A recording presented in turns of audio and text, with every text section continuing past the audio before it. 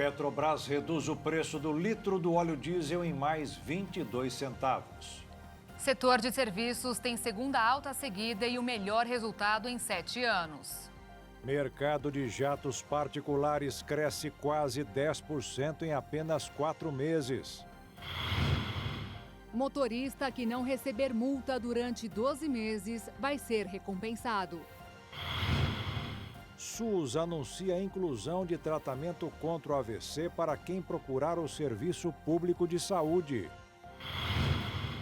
Ministério da Saúde inaugura a sala especial para controlar o sarampo no país. Dourados, em Mato Grosso do Sul, vai receber amanhã as primeiras urnas eletrônicas para eleições deste ano. E bailarinas do interior de São Paulo ganham medalha no maior festival de dança do mundo. Agora, no Jornal das 22.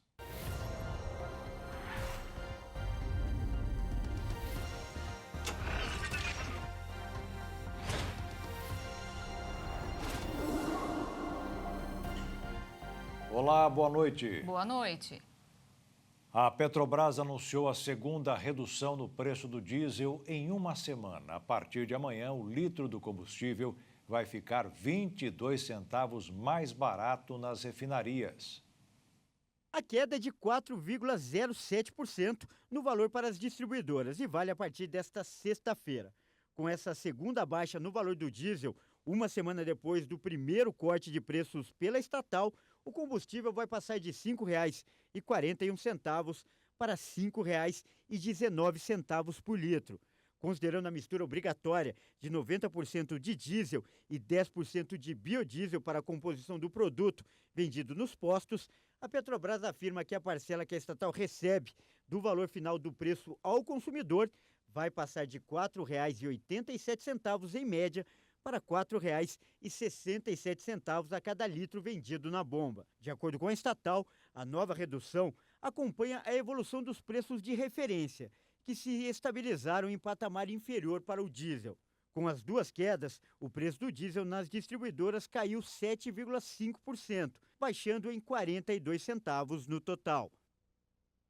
O Ministério da Justiça coordenou uma operação para fiscalizar os postos de combustíveis no Distrito Federal e em Goiás. O objetivo foi verificar a qualidade dos combustíveis, as bombas de abastecimento, além dos preços ao consumidor.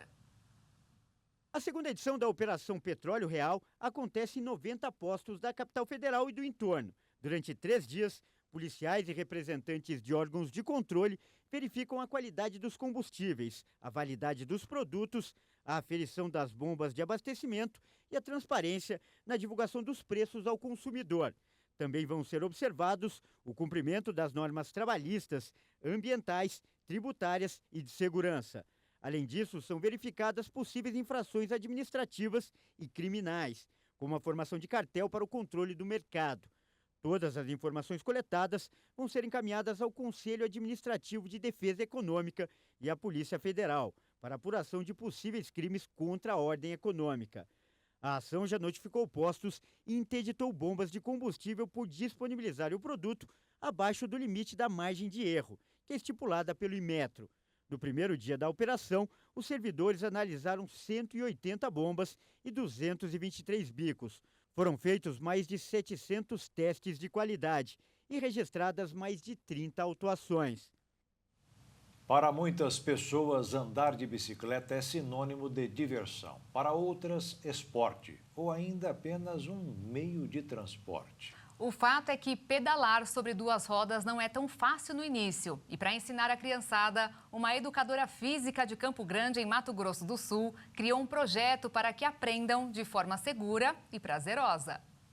Ensinar os pequenos a andar de bicicleta sem tirar o gostinho deste momento dos pais.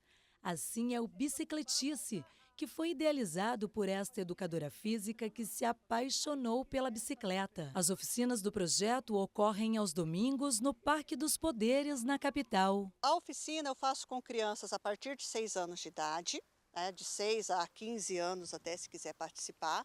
E precisa que a criança tenha a própria bicicleta, que tenha o adulto que possa acompanhar. E aí a gente inicia a técnica, que é sem pedais, né? A criança começa com o pé no chão a trabalhar, a estimular o equilíbrio, porque o equilíbrio é uma coisa natural do corpo humano, a gente só estimula ele a se adaptar ao novo suporte que é a bicicleta. E o pai ou a mãe vai acompanhando esse momento, chega a hora que a mágica acontece. Para Ingrid, de 9 anos, a magia aconteceu bem mais rápido do que ela imaginava. Após as instruções, em menos de 20 minutos treinando sem as rodinhas, já conseguiu pedalar sem elas. Eu imaginei que eu ia cair um monte de vezes e que daí eu ia sair daqui e ia ter que treinar tudo de novo. Rapidez que também surpreendeu a mãe. Eu achei que seria mais aulas, mas não, tive sucesso. A oficina dura 2 horas. Quem já sai bicicletando, como diz a professora, ganha o sininho de presente. É o caso do Joaquim, de 7 anos, e do Miguel, de 8. Esta é a segunda aula deles, mas agora os ensinamentos são diferentes. A gente vai trabalhar mais controle de velocidade, né, o uso adequado dos freios, controle de direção. Como eles se sentem pedalando sem as rodinhas? Aqui a gente se sente libertador, aumenta mais a nossa velocidade, que com a rodinha ela para mais a nossa bicicleta e fica mais lento. E mesmo com o projeto Bicicletice aqui no Parque dos Poderes, a Elijane continua dando aulas particulares. E não é só para a criançada, não. Então eu tenho alunos síndrome de Down, alunos autistas, que precisam de uma atenção diferenciada e a gente faz isso no horário individual. O setor de serviços cresceu pelo segundo mês seguido e também avançou no primeiro semestre. O volume do segmento atingiu o maior nível dos últimos 7 anos. O setor de serviços manteve a trajetória positiva dos últimos meses e cresceu 0,7% em junho. Segundo dados do IBGE, essa é a 4ª alta apurada desde janeiro. Com a variação, o setor mais importante da economia, responsável por cerca de 70% do produto interno bruto, que é a soma de todos os bens e serviços produzidos no país, fechou o primeiro semestre do ano com alta de 8,8%. Os dados indicam ainda que o volume de serviços prestados no Brasil ficou acima do nível registrado em fevereiro de 2020, último mês sem os efeitos da pandemia do coronavírus na economia nacional. E no acumulado dos últimos 12 meses, o aumento aconteceu, mas em ritmo menos acelerado. 4 das 5 atividades investigadas registraram crescimento no mês de junho. O destaque ficou por conta do setor de transportes, com alta de 0,6%, o que levou a atividade a aparecer bem acima do patamar pré-pandemia. Os serviços profissionais, administrativos e complementares também se destacaram positivamente. Em seguida, aparecem setor de outros serviços e os serviços prestados às famílias. Na passagem de maio para junho, o único setor em queda foi o de informação e comunicação. E o recorde da safra de grãos vai ser maior que o previsto. Segundo a Companhia Nacional de Abastecimento, este ano o Brasil deverá colher mais de 270 milhões de toneladas de grãos. Se o resultado da temporada 2021-2022 se confirmar, representará um crescimento de 15 milhões e 900 mil toneladas, ou 6,2% na comparação com a colheita registrada na safra 2020-2021. Com relação às culturas de primeira safra, com exceção do milho, todas as safras já estão colhidas. As culturas de segunda safra estão com colheitas bastante adiantadas. E as de terceira safra, como as culturas de inverno, estão próximas da conclusão de plantio. Segundo a Conab, a cultura de inverno deve ter plantio concluído na primeira quinzena de agosto. Já o trigo, estima-se uma produção recorde de 9 milhões e 200 mil toneladas. Acompanhando a recuperação da moeda no exterior e a piora no risco de uma possível diminuição do ritmo de altas de juros nos Estados Unidos, o dólar fechou em alta de 1,42%, encerrando em R$ 5,15 na venda. E a Bolsa de Valores registrou queda de 0,47%, com 109.717 pontos. Os 4 maiores bancos brasileiros encerraram o segundo trimestre deste ano com lucro líquido de 26 bilhões e 600 milhões de reais. A alta de 20,5% em relação ao mesmo período do ano passado foi puxada pelo Banco do Brasil, que teve o maior resultado, segundo pelo Itaú Unibanco, Bradesco e Santander Brasil. O resultado foi obtido pelo retorno das atividades econômicas pós-pandemia, que ampliou os índices de emprego da população e abriu espaço para concessões de crédito em linhas mais arriscadas. E segundo pesquisa Fipesap, divulgada hoje, os brasileiros estão mais otimistas para a compra de imóveis nos próximos meses. A repórter Maria Clara Leite tem os detalhes. A intenção de comprar um imóvel nos próximos 3 meses chega a 42% no Brasil. Esse percentual está acima da média histórica de intenção de compra, que é de 38%. Segundo o levantamento, a maioria das pessoas que pretendem adquirir um imóvel quer comprar para morar. Mas 12% dos brasileiros buscam um imóvel para investimento. Além disso, a pesquisa ainda mostra que 46% preferem imóveis usados. E para 45% é indiferente se o imóvel é novo ou usado. Esses dados fazem parte da pesquisa Fipesap do segundo trimestre de 2022. E a seguir, motorista que ficar 12 meses sem receber multa vai ser recompensado. E ainda, SUS vai garantir tratamento para os casos de AVC.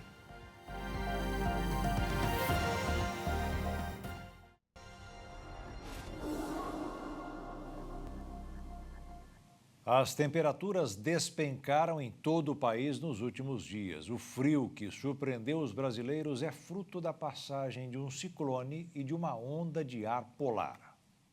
De norte a sul do país, as baixas temperaturas não deram trégua para os brasileiros nos últimos dias. No Rio de Janeiro, está previsto para os próximos dias chuva e uma queda no termômetro. Efeitos que podem ocasionar a formação de um ciclone extratropical com ventos de até 80 km por hora em todo o litoral. As manhãs na Baixada Fluminense devem ser bem frias e as tardes ensolaradas, mas com um vento gelado. Nas últimas horas, foram registrados no Forte de Copacabana ventos com velocidades superiores aos 90 km por hora que devem passar por Santa Catarina, Paraná e São Paulo, mas com menor intensidade, de até 60 km por hora. Além disso, há risco de ressaca entre o Rio Grande do Sul e o Espírito Santo. A região sul também deve entrar em sinal de alerta, devido ao nevoeiro em fortes áreas da região. Nesta quarta-feira, a cidade de São Paulo registrou a menor temperatura máxima do inverno, com termômetros marcando 17 graus. Nas últimas horas, caiu ainda mais e a mínima chegou aos 10 graus na capital paulista, registrando também a menor temperatura mínima do inverno até o momento. O lado bom nessa história é que, em razão dos dias de chuva, a qualidade do ar melhorou, em média 80% no estado de São Paulo. E diferente do Brasil, uma nova onda de calor está deixando a Europa em alerta. Seca, incêndios florestais e temperaturas elevadas. Na França, mais de 1.000 bombeiros tentam conter as chamas. Até agora, mais de 40 mil hectares foram consumidos no país. 4 aviões da Unidade da União Europeia de Combate a Incêndios foram enviados pela Grécia e pela Suécia.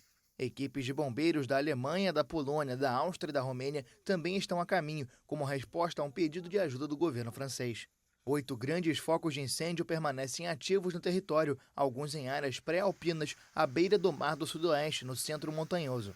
As chamas já queimaram 6 mil hectares na cidade de Gironde, região que perdeu 14 mil hectares há cerca de um mês. Mais de 40 mil hectares de floresta foram incendiados desde o início do ano na França, número muito maior do que a média anual dos 15 anos anteriores. A previsão meteorológica é de tempo aberto em todo o território, sem chuva até domingo. Julho foi o mês mais seco no país desde março de 1961. Além da falta de água e dos incêndios, autoridades e agricultores estão preocupados com o impacto nas colheitas. O milho representa um desafio especialmente delicado, já que exige muita água de forma regular e é essencial para o gado. O governo federal vai cadastrar e premiar com desconto em taxas os motoristas sem multas. O condutor que não tiver cometido infração em 12 meses pode se inscrever no cadastro positivo pela carteira digital de trânsito. O condutor pode se inscrever por meio da carteira digital de trânsito ou pelo site da secretaria. Entre as vantagens, o motorista que não tiver cometido nenhuma infração no período de 1 ano pode receber descontos, benefícios e incentivos por boa conduta. Segundo a secretaria, entre os benefícios estão o desconto na renovação da CNH, o crédito em estacionamentos rotativos, entre outros. A ferramenta para realizar a inscrição deve ser disponibilizada até setembro. O cadastro vai conter a relação dos condutores que não cometeram infração de trânsito no período de 1 ano e que vão ter conduta premiada. O condutor precisa manifestar a sua intenção de ser inserido no cadastro positivo para ganhar os descontos. A inserção não é automática. A Secretaria Nacional de Trânsito do Ministério da Infraestrutura ainda está regulamentando o processo de adesão ao cadastro e o passo a passo que o condutor deve seguir para entrar no cadastro positivo. O salário mínimo ideal para atender às necessidades de uma família de 4 pessoas deveria ser 5,27 vezes maior que o piso federal atual. Foi o que apontou a Pesquisa Nacional da Cesta Básica de Alimentos, realizada pelo Departamento Intersindical de Estatística e Estudos Socioeconômicos.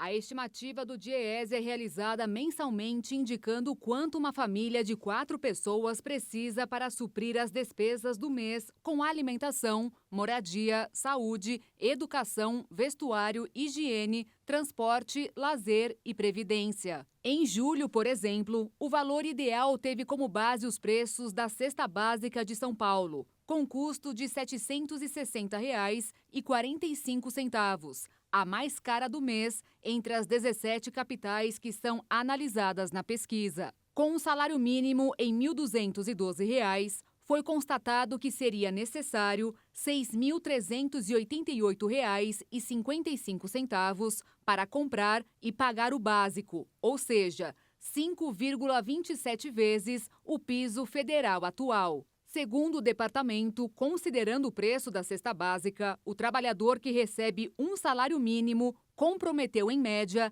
59,27% do seu rendimento líquido de julho para adquirir os produtos alimentícios básicos. A pesquisa também apontou que o valor da cesta básica diminuiu no mês passado em 10 das 17 capitais nas quais a pesquisa é realizada.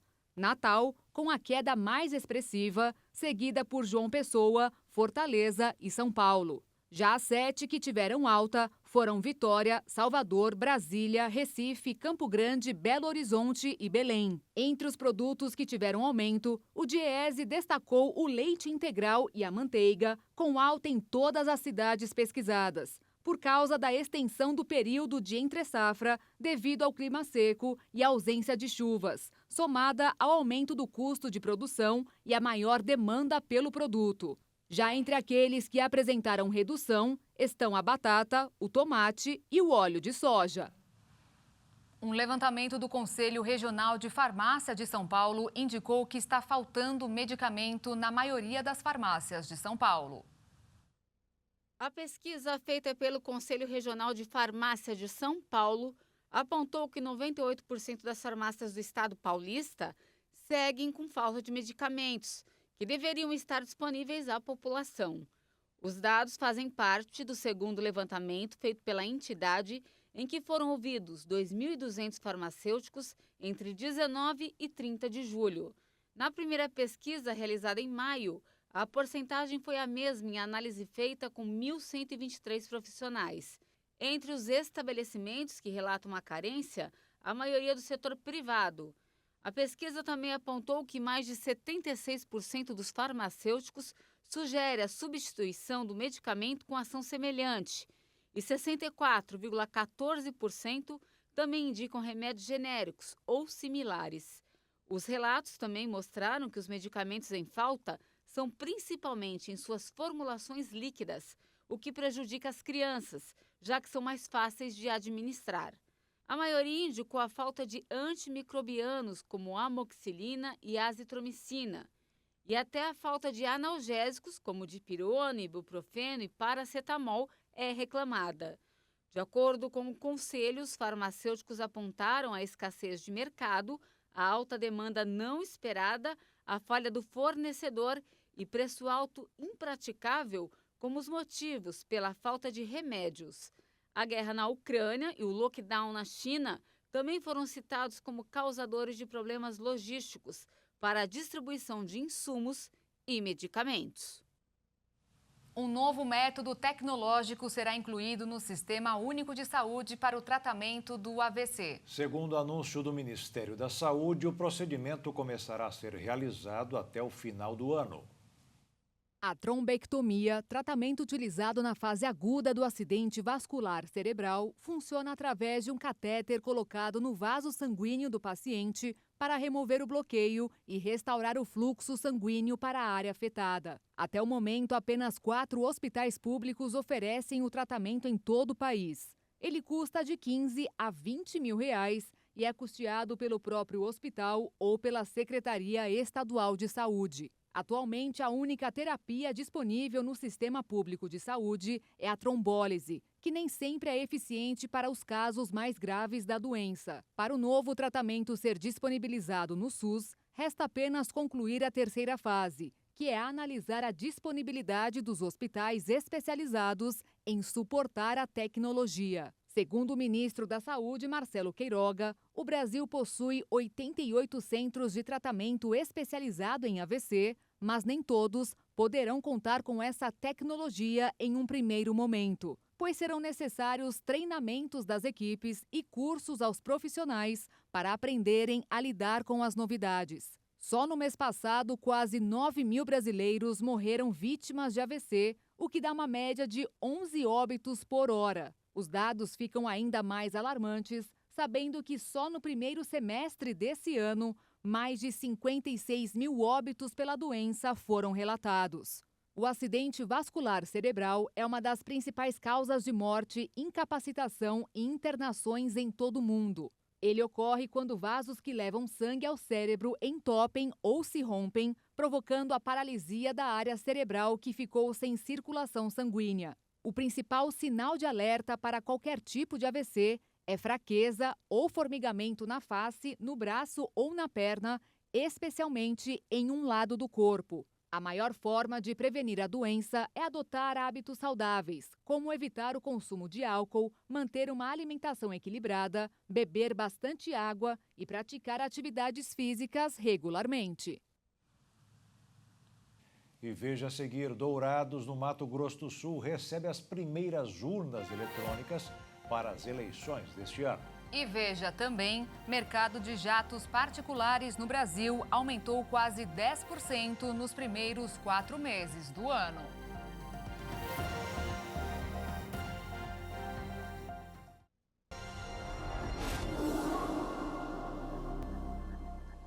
360 urnas novas que serão usadas nas eleições em Dourados e Douradina, em Mato Grosso do Sul, chegaram no TRE. Mais equipamentos estão previstos para chegar amanhã.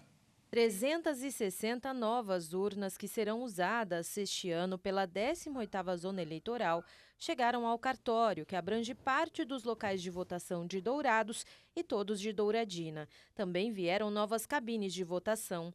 Os equipamentos ficam num depósito reservado, monitorado e com segurança. E mais urnas estão para chegar na próxima sexta-feira. São 354 que serão usadas na área que abrange a 43ª Zona Eleitoral, aqui em Dourados, Laguna Carapã e Itaporã. A gente guarda as urnas, na data certa a gente insemina as urnas, que é preparar as urnas para a eleição, dar carga nas urnas com os dados dos eleitores, dos candidatos. Terminando a eleição, a gente armazena de novo as urnas por 120 dias, que é o que a legislação determina. Após esse período, a gente aguarda a instrução do tribunal se a gente devolve as urnas ou se a gente continua armazenando elas aqui. No Mato Grosso do Sul, além de Dourados e cidades da região que estão nas mesmas zonas eleitorais, as urnas novas serão utilizadas em Fátima do Sul, Campo Grande e Sidrolândia. Os equipamentos com tecnologia mais moderna são do modelo 2020 e serão usados pela primeira vez em um pleito. Além de um design novo, tem um processador 18 vezes mais rápido do que o da versão anterior. É uma urna menor, uma urna mais leve, uma urna mais rápida. tecnicamente mais eficiente e mais moderna. O terminal do mesário também está mais moderno. O teclado, que antes era físico, agora tem uma tela sensível ao toque. Na prática, permitirá que, enquanto uma pessoa vota, outra seja identificada, aumentando o número de eleitores por sessão e diminuindo a fila na hora de votar. O ministro da Defesa, Paulo Sérgio Nogueira de Oliveira, enviou hoje ao Tribunal Superior Eleitoral uma lista com o nome de 9 militares para serem incluídos no grupo de inspeção das urnas eletrônicas. Segundo o ministro, os indicados têm conhecimento da linguagem de programação e podem atuar em apoio à equipe das Forças Armadas de fiscalização e auditoria do sistema eletrônico de votação. O desembargador federal Neviton Guedes, do Tribunal Regional Federal, rejeitou um pedido do Ministério Público que queria impedir a candidatura do ex-deputado Eduardo Cunha pelo estado de São Paulo. O parlamentar carioca foi cassado e chegou a ser preso, acusado de corrupção. Mas, segundo o desembargador, Eduardo Cunha foi condenado em primeira instância e a lei da ficha limpa exige a segunda instância para vetar um político.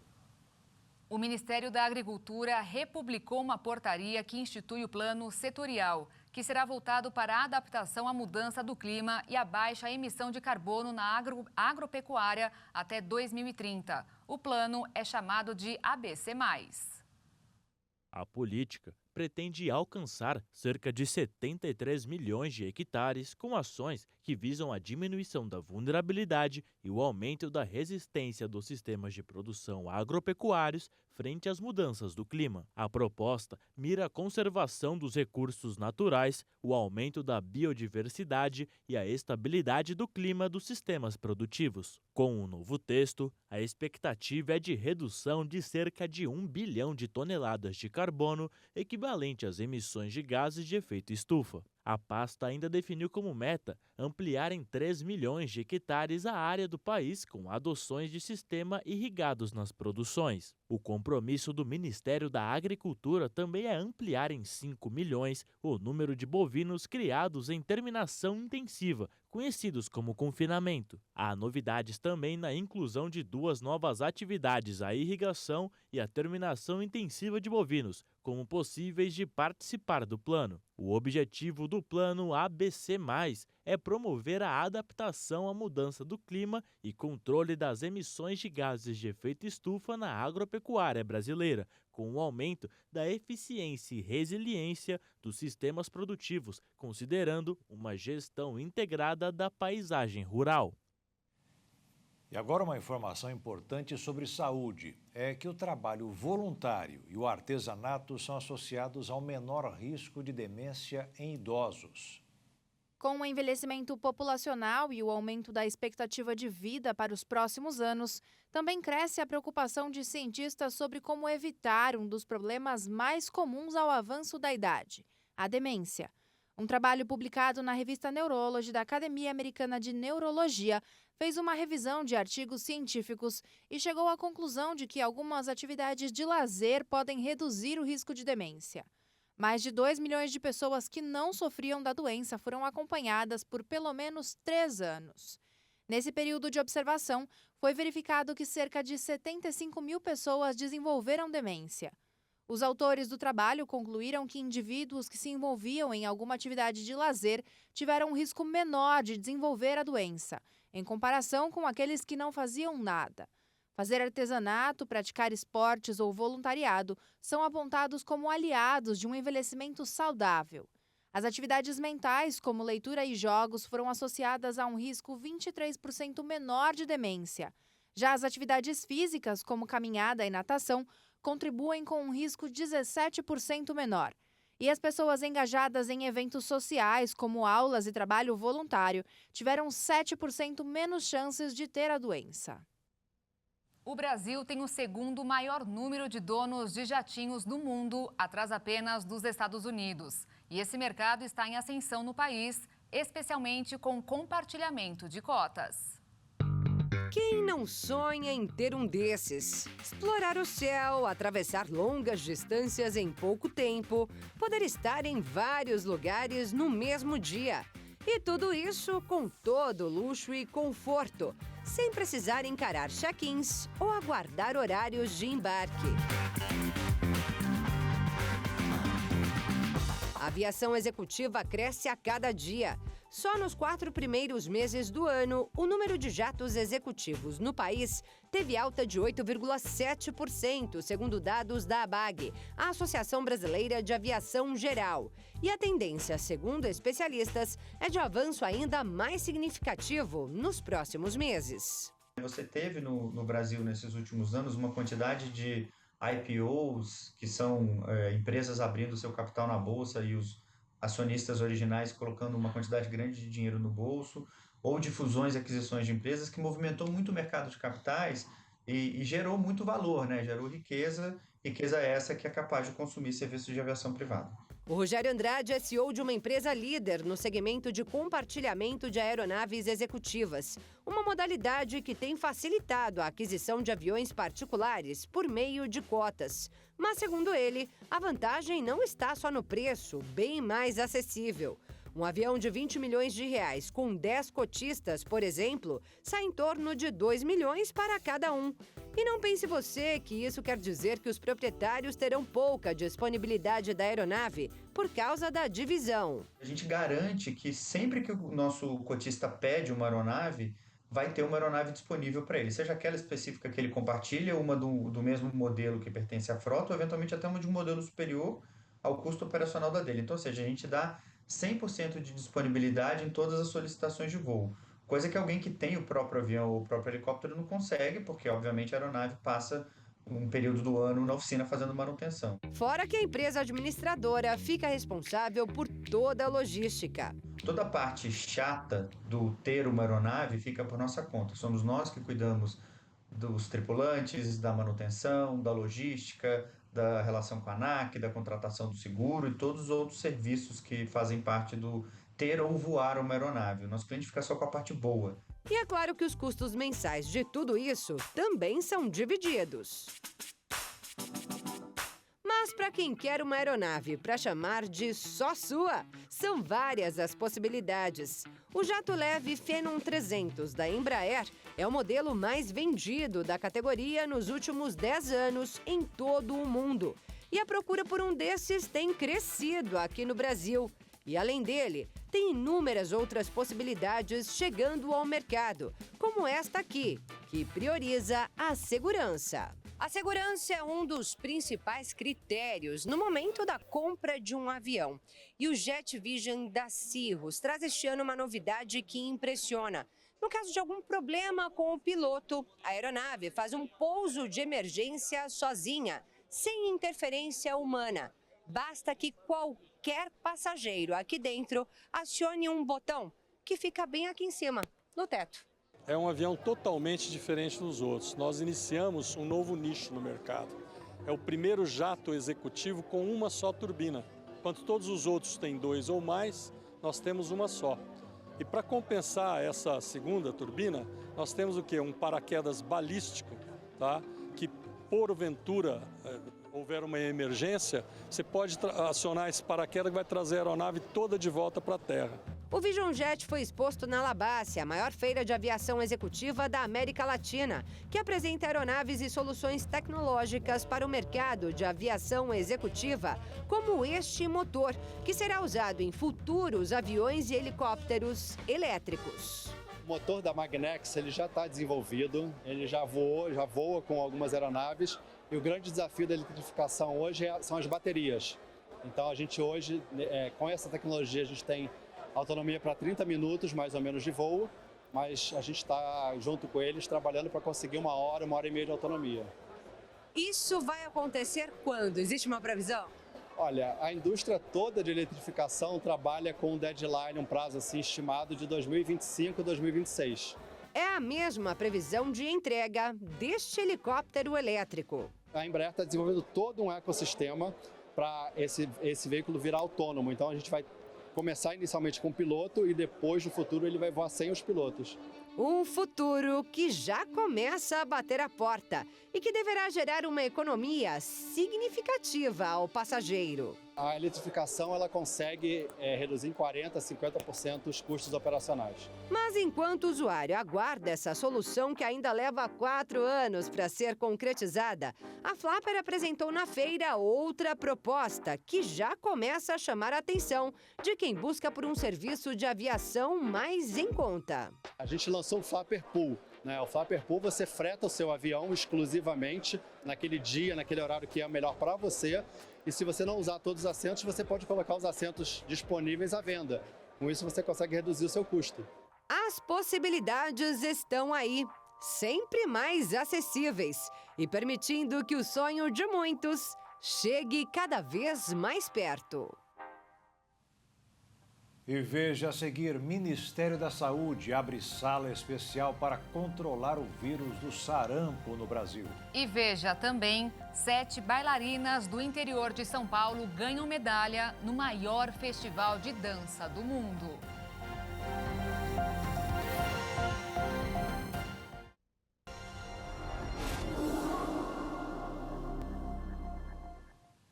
O Ministério da Saúde criou uma sala de situação para reduzir a circulação do vírus do sarampo no país. Só em São Paulo, 8 casos da doença foram confirmados esse ano. A sala de situação tem o objetivo de definir e implementar ações para eliminar o vírus do sarampo em território nacional. O sarampo é uma doença infecto-contagiosa de transmissão respiratória e continua sendo uma das principais causas de morte em crianças de até 5 anos em algumas partes do mundo. Segundo a Organização Mundial da Saúde, o Brasil havia se livrado da doença em 2016, mas a combinação de casos importados da doença e da baixa cobertura vacinal culminou na morte de mais de 40 pessoas, especialmente crianças, desde 2018. 84 casos ainda estão em investigação em São Paulo. Os dados foram apresentados nesta quinta-feira pela Secretaria de Saúde do Estado durante uma conferência virtual sobre estratégias de vacinação com profissionais de saúde. A principal estratégia do Ministério da Saúde contra o sarampo é a vacinação. Por isso, no último domingo, foi lançada a campanha nacional Multivacinação para atualizar a caderneta de vacina das crianças. Mais de 40 mil postos participam da campanha. A tríplice viral, vacina que imuniza contra o sarampo, está disponível para crianças a partir dos 12 meses, até adultos de 59 anos, sendo recomendada 2 doses até os 29 anos. Queremos lembrar a importância da vacinação contra o sarampo. Esta é uma doença grave, facilmente transmissível. A vacina é a melhor prevenção. Ela já está incorporada ao Programa Nacional de Imunização há muitos anos e tem se mostrado efetiva na prevenção desse tipo de doença. É importante que todas as mães, os pais de família levem as crianças para vacinar contra o sarampo. Só dessa forma conseguiremos erradicar esta doença. A reportagem procurou as secretarias de saúde de São Paulo, Amapá e Rio de Janeiro para saber quais medidas estão sendo adotadas para impedir o avanço da doença, mas não recebeu resposta. A Fiocruz solicitou o registro de 2 kits moleculares para diagnóstico da varíola dos macacos à Anvisa. Os testes utilizam a tecnologia de PCR, a mesma de modelos mais precisos adotados para identificar a Covid-19.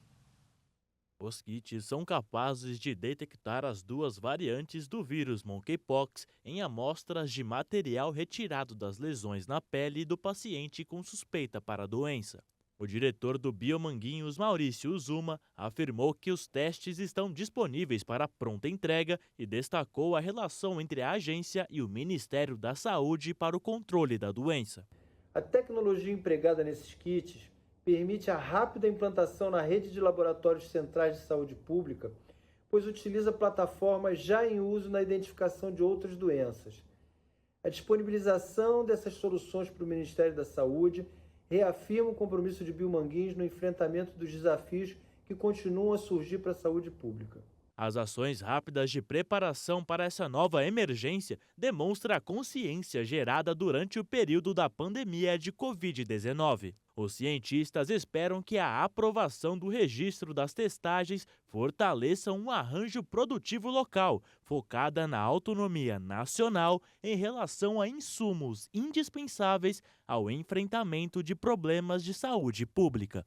Em junho, a Fiocruz já havia produzido testes para o diagnóstico de doenças em tempo recorde. Eles foram distribuídos para todo o Brasil por meio do Ministério da Saúde e para a Organização Pan-Americana da Saúde, que exportou para outros 20 países. Nesse novo lote, a Fiocruz informou que produziu cerca de 12 mil unidades de cada kit de testagem. Além disso, afirmou que tem capacidade de produzir mais kits de diagnósticos sem atrapalhar a produção de seus outros produtos.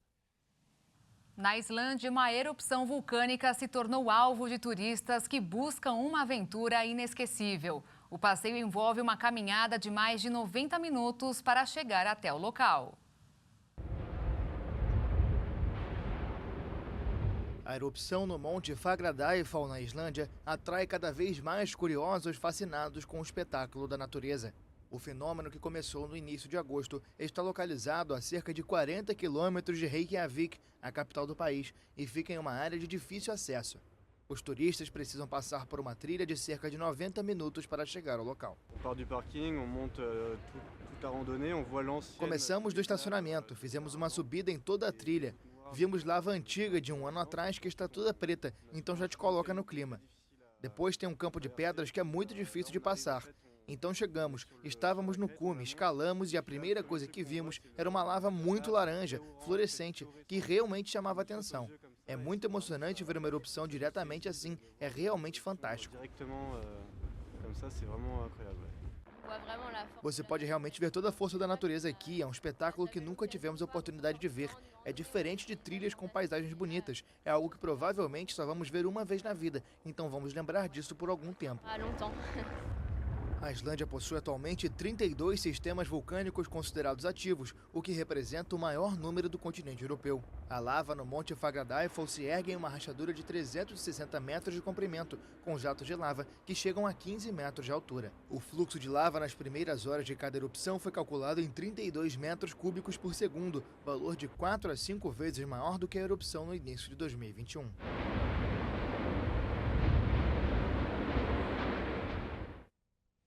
E na Vila Inhaiá, em Campo Grande, Mato Grosso do Sul, um projeto tem levado muita cor e alegria para uma das ruas do bairro. Artistas, grafiteiros têm total liberdade para colorir muros e casas.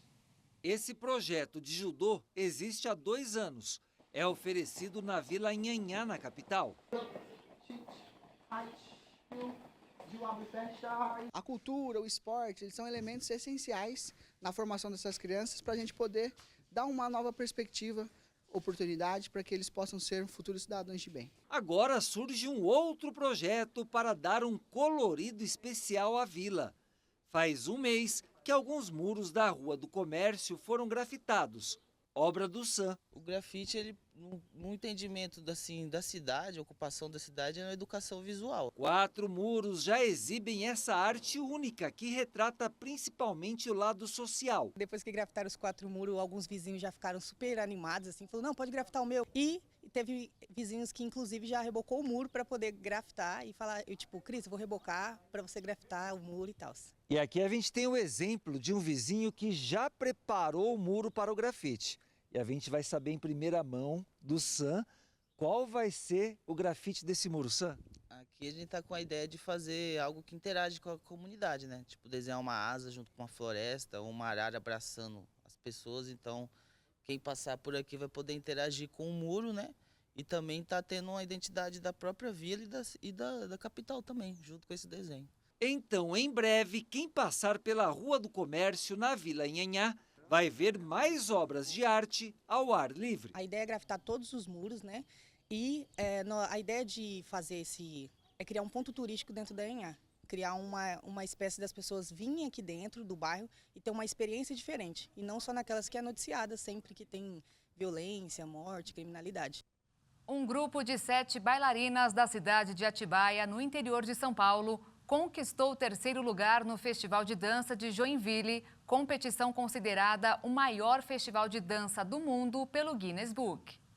As bailarinas Amanda Poletti, Elaine Camilo, Iranis Guilaro, Carla Caetano, Márcia Coluna, Márcia Miranda e Rose Tsuji acabaram a disputa na terceira posição na categoria para pessoas de mais de 40 anos de idade.